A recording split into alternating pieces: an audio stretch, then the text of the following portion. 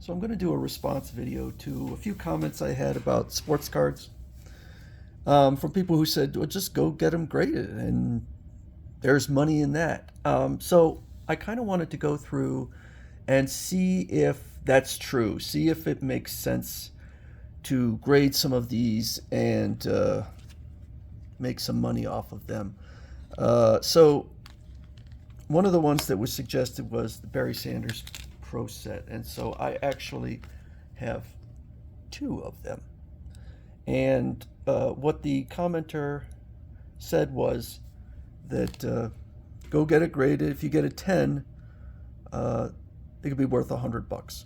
Okay. Now I did a little research. It was a little hard to tell, but I think that grading a modern card like this was say $19. I think it was $19 through PSA, and I could be wrong on that, but I don't think it's less. So you'd have to make at least $19 to break even. So I don't know if these are tens. You can see the corners there. Okay. They look pretty darn good to me. Both of them. So here is PSA, and it shows the population. So the Barry Sanders rookie card Pro Set has 15,301 graded cards, all the way down to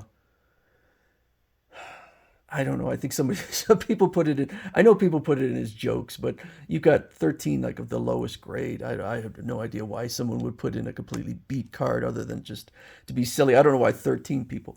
The highest is grade 9 with 7,661. Second highest is grade 8 with 3,709, and the third is grade 10 with 2,886. So that's a lot of cards, a lot of tens. And I come from kind of the comic book, Golden Age comic book grading, where I've never actually had I've never gotten a comic book graded, but I own a lot of graded comics. And when I look at the population, it's in the dozens or less. I was looking at a couple at random, a couple of 9.4s I have, which is an extremely high grade for a Golden Age comic. And both of them had less than 2 dozen total graded comics. So these kind of numbers look huge to me. You know, going on 3,000 tens. And also, I'm not used to seeing tens. Like a 10 in comic books is unheard of in the Golden Age. You would have to have, I think I got a 9.8 one time. So that's extremely high. So if we go in here and let's say I spent $20, $19 on getting it graded. This is eBay and what they're selling for. So you got a PSA 8 selling for $23. So I would assume these are at least 8.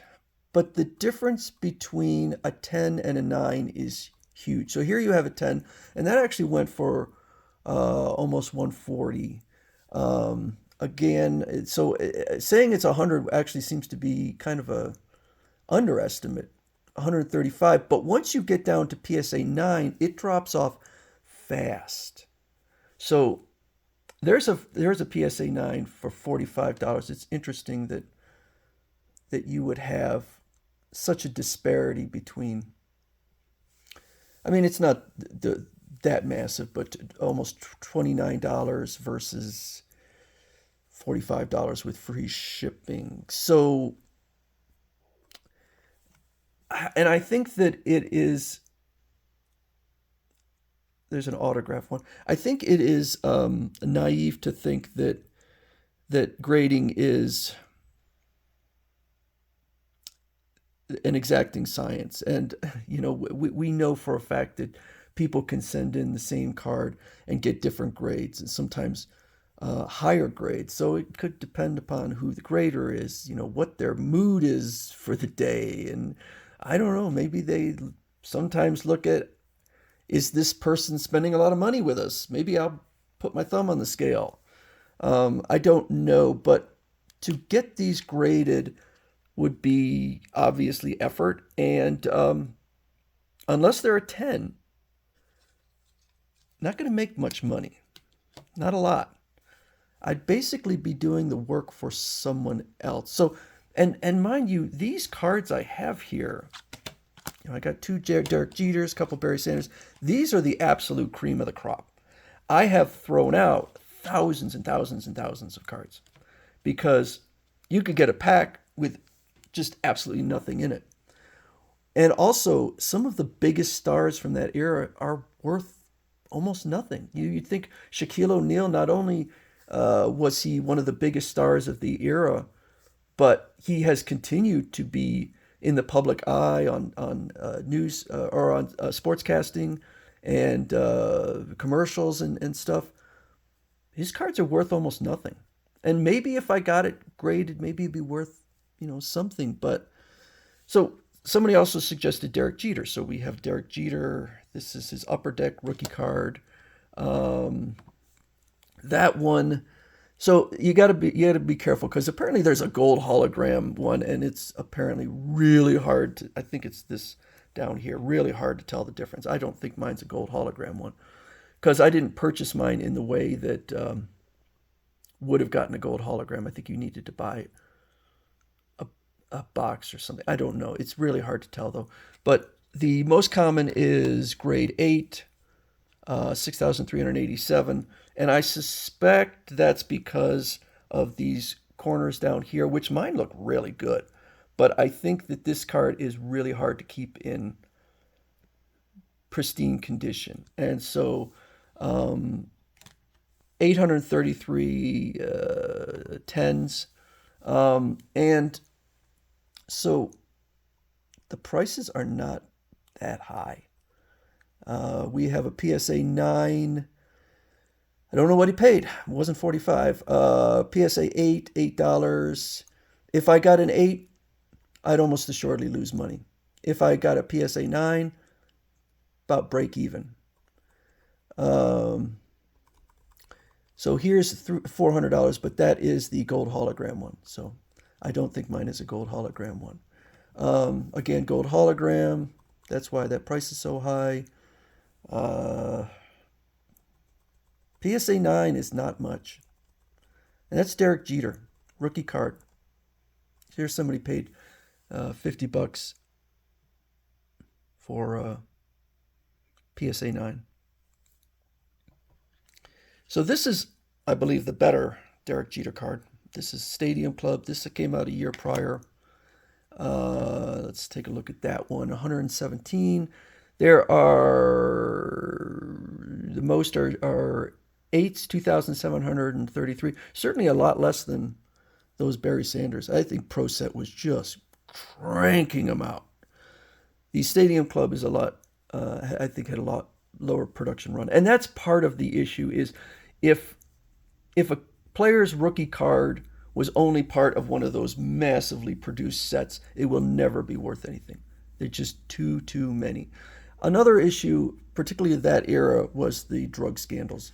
And so I don't believe Derek Jeter ever was accused of doing steroids. I don't remember. I know A-Rod was, but I don't believe Derek Jeter ever was, which may be why his cards have kept some value.